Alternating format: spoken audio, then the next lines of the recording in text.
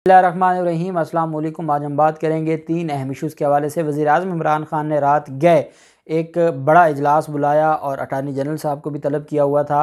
इसके अलावा जो पाकिस्तान पीपल्स पार्टी की क़यादत है वो भी सारी की सारी मौजूद थी। बड़े अहम फ़ैसले किए गए हैं, उसकी तफसीलात मैं आपके साथ शेयर करूँगा। साथ हम बात करेंगे कि इधर जो आसिफ ज़रदारी और पाकिस्तान पीपल्स पार्टी है, जो कि इस वक्त एक चीज़ मैं आपको बता दूं, और ये बहुत जल्द एक पिटीशन भी दायर होने जा रही है इलेक्शन कमीशन में बिलावल ज़रदारी और पूरी पाकिस्तान पीपल्स पार्टी के ख़िलाफ़ कि ये ओहदेदार और मेंबर्स पाकिस्तान पीपल्स पार्टी के थे और टिकट जिससे ये इलेक्शन लड़े हैं वो 4P से पाकिस्तान पीपल्स पार्टी पार्लियामेंटेरियन से, और ये इलेक्शन एक्ट की खिलाफ वर्जी है और इसकी बुनियाद पर इनको नहल होना चाहिए। ये मामला पहले भी इलेक्शन कमीशन में पेंडिंग था और अब भी एक नई दरख्वास्त दायर होने जा रही है ज़राए के मुताबिक, वो भी मैं आपके साथ शेयर करूँगा। तो पाकिस्तान पीपल्स पार्टी जब मैं कहूँ तो आप समझ जाया करें कि पाकिस्तान पीपल्स पार्टी पार्लियामेंटेरियन की बात हो रही है, क्योंकि पाकिस्तान पीपल्स पार्टी का पूरे पाकिस्तान में कोई एक मेंबर भी नहीं है और सारे के सारी तो आसिफ ज़रदारी ने हाईजैक की हुई है।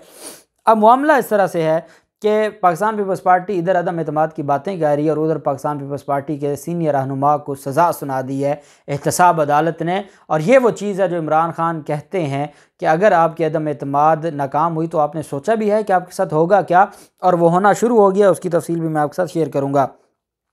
पहले मैं आपको बताता चलूँ कि आज इस्लामाबाद हाई कोर्ट में लोकल गवर्नमेंट इस्लामाबाद की जो लोकल गवर्नमेंट ऑर्डीनेंस है उस पर अदालत ने फ़ैसला महफूज किया है। आज दलाइल मुकम्मल हुए हैं।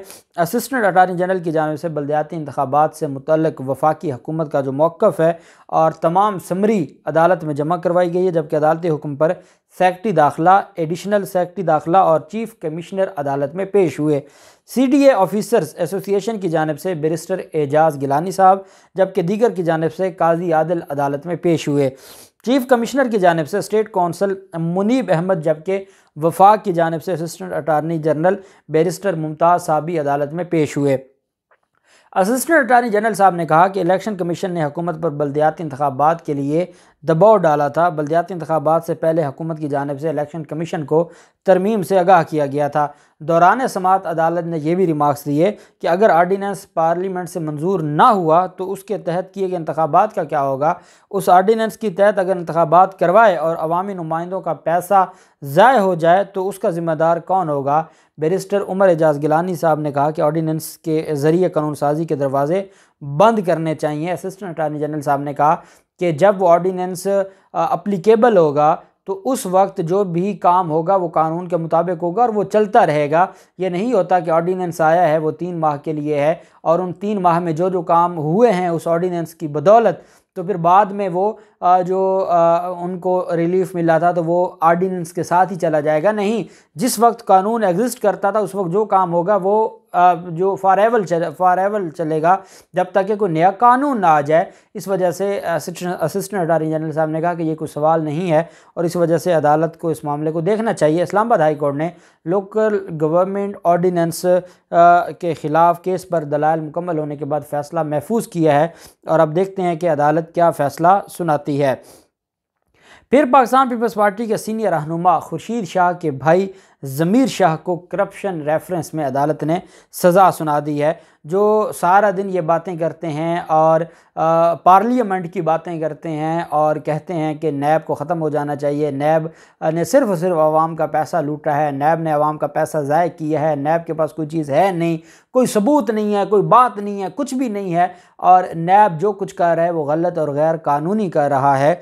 उस पर अब मैं खुर्शीद शाह से पूछूंगा कि आपके ख़िलाफ़ तो रेफरेंस अभी तो आप पावर में हैं और आपके ख़िलाफ़ जो रेफरेंस है वो पेंडिंग है और आपकी जो ज़मानत हुई है वो भी बड़ी मुश्किल से सुप्रीम कोर्ट से हुई है और आप इतना अरसा हिरासत में रहे हैं। अब आपके भाई को ज़मीर शाह को करप्शन रेफरेंस में बड़ी सज़ा सुना दी है। सक्खर की एहतसाब अदालत ने न्यू तलका म्यूनसिपल एडमिनिस्ट्रेशन में करप्शन के रेफरेंस की समाअत हुई। अदालत ने पीपल्स पार्टी रहनुमा खुर्शीद शाह के भाई समेत 26 मुल्ज़मान को जो सारे जरदारी माफिया से तल्लुक़ रखते हैं उनको सज़ा सुनाई है। जज फरीद अनवर काजी साहब ने महफूज फ़ैसला सुनाया।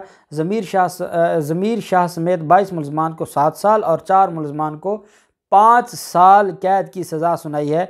साबिक TMO यार मोहम्मद जुनेजो और शकूर मेहर को भी सज़ा सुनाई गई है। मुल्ज़मान में साबिक UC चेयरमैन यूसुफ जागीरानी, साकिब अवान और दीगर भी शामिल हैं। ये सारे के सारे वो लोग हैं जो पाकिस्तान पीपल्स पार्टी से जिनका तल्लक था और पाकिस्तान पीपल्स पार्टी के बिहाफ पर ये सारा काम करते थे। मुलजमान को 74,83,596 रुपये के रेफरेंस में सज़ा सुनाई गई है। अदालती हुक्म पर मुजरमान को जेल भेजा गया है। अब आप देखें कि कानून सज़ा, अगर 1 रुपये की चोरी है उसकी भी वही सज़ा है, 1 अरब की चोरी है उसकी भी वही सज़ा है। इसी तरह आप देखें कि 74 लाख का इनके खिलाफ ऑफेंस था। 26 मुलजमान को सज़ा सुनाई है, जिसमें से 22 मुलजमान को 7 साल की सज़ा सुनाई है। और ये जो सखर की नायब अदालत है, मैं समझता हूँ कि ये उसका बड़ा एक तारीख़ी फ़ैसला है। सखर में बैठकर सखर के सबसे बड़े माफिया के ख़िलाफ़ फ़ैसला देना, और जहाँ हालात भी ऐसे हों, फिर उस तरह से जो बड़ी अदालतें हैं वहाँ पर वो भी जो शफ़क़त का हाथ न रखें, और उसके बावजूद एक डिस्ट्रिक्ट जज का, क्योंकि जो स्पेशल जज होता है वो एक डिस्ट्रिक्ट जज के बराबर है, उसका इतना बड़ा फ़ैसला उनके ख़िलाफ़ सुनाना, ये एक बहुत बड़ी एक डेवलपमेंट है। साथ जो एक बड़ा ऐलान किया गया है और वो है पाकिस्तान। एक चीज़ मैं आपको बताऊंगा कि तहरीक अदम एतमाद के वाले से मौलाना फजल रहमान के अहम साथी ने जो इंकशाफ किया है बैरूनी हाथ का, जो इमरान खान कह रहे थे, वो इन्होंने तस्लीम कर लिया है कि ये बैरूनी हाथ है और यह बाहर से पैसा आ रहा है जिसके साथ ये सारे लोगों को ख़रीद रहे हैं। वो भी मैं आपके साथ शेयर करूँगा। वज़ीर-ए-आज़म इमरान खान की सरबराही में PTI का मुशावरती इजलास हुआ, बड़ा अहम इजलास था और उसमें बड़े अहम फ़ैसले किए गए। वज़ीर-ए-आज़म इमरान खान ने कहा कि तहरीक अदम एतमाद से खौफज़दा नहीं होना। इजलास में असद उमर, शफ़क़त महमूद और दीगर जो रहनुमा हैं उन्होंने शिरकत की। इजलास के बाद ब्रीफिंग में बताया गया कि इत्तेहादी और हुकूमत के सारे अरकान मुत्तहिद हैं। वज़ीर-ए-आज़म कल कराची का दौरा भी करेंगे। इस मौके पर PTI के सीनियर रहनुमा अब्दुल अलीम ख़ान को इस्लामाबाद में हुकूमती शख्सियात से मुलाकातों से मुतल्लिक़ भी आगाह किया गया। वज़ीर-ए-आज़म ने इजलास में इजहार ख्याल करते हुए कहा कि अपोजिशन को नाकामी होगी, तहरीक अदम एतमाद से खौफज़दा नहीं है, हमारी तवज्जो परफॉर्मेंस पर है और हम सिर्फ परफॉर्मेंस को देखेंगे और कुछ नहीं करेंगे। दूसरी तरफ वज़ीर-ए-आज़म इमरान खान से अहम मुलाकात हुई और ये अटारनी जनरल ऑफ पाकिस्तान को वज़ीर-ए-आज़म इमरान खान ने तलब किया और कौमी असम्बली सेक्रेटेरिएट में तहरीक अदम एतमाद जमा कराए जाने के बाद वज़ीर-ए-आज़म इमरान खान की अटारनी जनरल साहब से मुलाकात थी और कानूनी राय ली गई और बड़ी अहम चीज़ों के हवाले से मुशावरत की गई। ज़राए के मुताबिक वज़ीर-ए-आज़म इमरान खान और अटारनी जनरल खालिद जावेद खान साहब के दरमियान तकरीबन 1 घंटा तक मुलाकात हुई। ज़राए के मुताबिक मुलाकात में कानूनी अमूर पर मुशावरत की गई। अटारनी जनरल ने वज़ीर-ए-आज़म इमरान खान को तहरीक अदम एतमाद के हवाले से कानूनी नुकात पर ब्रीफिंग दी, जिसके बाद वो वज़ीर-ए-आज़म हाउस से रवाना हो गए और वज़ीर-ए-आज़म को सारी चीज़ें कन्वे की और वज़ीर-ए-आज़म को बताया कि जो अदम एतमाद है उसका क्या तरीक़ेकार है और अदम एतमाद का आगे रिज़ल्ट क्या होगा। जो लोग पाकिस्तान तहरीक इंसाफ के अगर वो अदम एतमाद में वोट करते हैं उनका क्या होगा, बड़ी डिटेल। अगर 2 लोग हैं, 3 लोग हैं, ओपन बैलेट के साथ वोटिंग होनी है, 172 नहीं होते उनके पास, 170 हो जाते हैं, तो उसका मतलब है कि जो 8 लोग थे वो इत्तेहादी हैं या PTI के हैं जिन्होंने उनको वोट किया है। For the sake of arguments में वैसे बात कर रहा हूँ, तो इसका मतलब यह है कि वज़ीर-ए-आज़म इमरान खान ने देखना है कि उनके ख़िलाफ़ क्या कार्रवाई होगी। तो वो सारी चीज़ें डिस्कस की जा रही थी वज़ीर-ए-आज़म इमरान खान की तरफ से। तहरीक अदम एतमाद के पीछे बैरूनी हाथ है जमीयत उलमा इस्लाम का बड़ा इंकशाफ हुआ है। MNA है जमीयत उलमा इस्लाम फ़े के, उन्होंने ये इंकशाफ किया है। JUI बलोचिस्तान से तल्लुक़ रखने वाले एक रुकन कौमी असम्बली ने हुकूमत को अपनी हमायत की यकीन दहानी करवाई है। MNA ने कहा है कि अपोजिशन की तहरीक अदम एतमाद के पीछे बैरूनी हाथ है।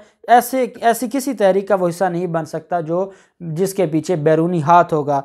मुल्क की सियासत में इस वक्त एक बड़ा भूचाल आया है जब पहले 8 मेंबरान अपोजिशन के उनका हुकूमत के साथ राब्ते की बात थी, और अब जो जमीयत उलमा इस्लाम फ़े का, अब मौलाना फजल रहमान से कोई सवाल करे कि आपने बड़ी बातें की, आप कहते हैं कि आपके पास जो 15 मेंबरान हैं हुकूमत के, आप कहते हैं कि 25 मेंबरान हैं हुकूमत के, आपके तो अपने लोग आपके ख़िलाफ़ हो गए हैं, वो तो कौम को सच बता रहे हैं, कौम को वो बात बता रहे हैं जो वज़ीर-ए-आज़म इमरान खान ने बताई, जिस पर आज आप अपनी प्रेस कॉन्फ्रेंस में रोते चीखते रहे कि हमारे ऊपर इल्ज़ाम लगाया गया कि हम डॉलर खाने वाले लोग हैं या डॉलर लेने वाले लोग हैं। आपका अपना MNA बलोचिस्तान से, पता आपने करना है, हुकूमत ने और मीडिया ने आपको बता दिया है कि आपका MNA है वो भी बलूचिस्तान से, और वो हुकूमत के साथ खड़ा हो गया है और उसने बताया है कि आप इस सारे के सारे मामले में मुलव्वस हैं और बैरूनी हाथ आपके पीछे है। इंटरनेशनल लॉबी जिनका आप आजकल बहुत रोना रोते हैं ना, इसहाक डार से लेकर जो मैंने आपको बताया था कामरान मुर्तज़ा जो सेनेटर है जमीयत उलमा इस्लाम फ़े का, वो करारदाद लेकर आ रहा है पार्लियामेंट में। किसके ख़िलाफ़? वज़ीर आज़म इमरान ख़ान के ख़िलाफ़। क्यों? कि यूरोप और अमेरिका के ख़िलाफ़ क्यों बात की है, वो हमारे दोस्त हैं और दोस्तों के ख़िलाफ़ क्यों बात की है। कल तक ये कहते थे कि अमेरिका का जो यार है वो गद्दार है, और आज उसी अमेरिका के हक़ में और पाकिस्तान के इलेक्टेड वज़ीर आज़म के ख़िलाफ़ ये करारदादें पेश कर रहे हैं सिर्फ डॉलर के लिए। और यही बात जमीयत उलमा इस्लाम के MNA ने की है, और उसने बांगे दौल मीडिया के ज़रिए हुकूमत से ये कहा है कि वो हुकूमत के साथ खड़े हैं। और बाकायदा ARY ने ये ख़बर दी है, और ARY ने अपनी क्योंकि वो जानते हैं कि ये चीज़ें बड़ी ऊपर तक जा सकती हैं, उन्होंने बड़ी ज़िम्मेदारी के साथ ये ख़बर दी है जमीयत उलमा इस्लाम के इस मेंबर के हवाले से। देखते हैं ये लॉन्ग मार्च का जो मामला है ये कहाँ तक पहुँचता है। जो भी तफसीलात होंगी जो बिलावल जरदारी का और है। और एक चीज़ मैं ज़रूर कंडेम करूँगा, ज़ियाउल हक़ की कब्र पर जाके वहाँ पर नारेबाजी की गई है। ये लोग हमेशा कब्र की सियासत करते हैं, ये हमेशा अपने बड़ों की सियासत करते हैं जो फौत हो चुके हैं। ये तो जो आसफ़ा भुट्टो को एक ज़ख़म लगा है फेस पे, उसकी भी सियासत की है, और इन्होंने वो भी अपने फ्लैक्सेस पे उसकी तस्वीर वो लगाई है जो चेहरे पे ज़ख़म है। और ज़ियाउल हक़ के साथ आपका 100 इख्तलाफ हो सकता है, कब्र की बेहुरमती करना, और फिर मीडिया के लोगों को, हमारे siyaasat.pk के दोस्तों को इन्होंने वहाँ पर ज़द्दोकोब किया, तशद्दुद किया, हम उसकी भी मज़म्मत करते हैं। देखते हैं ये लॉन्ग मार्च, ये अदम एतमाद कहाँ तक जाता है। जो भी तफसीलात होंगी आपके साथ शेयर करते रहेंगे। अल्लाह पाक पाकिस्तान कामयाब नासिर हो। बहुत शुक्रिया। अल्लाह हाफ़िज़। पाकिस्तान ज़िंदाबाद।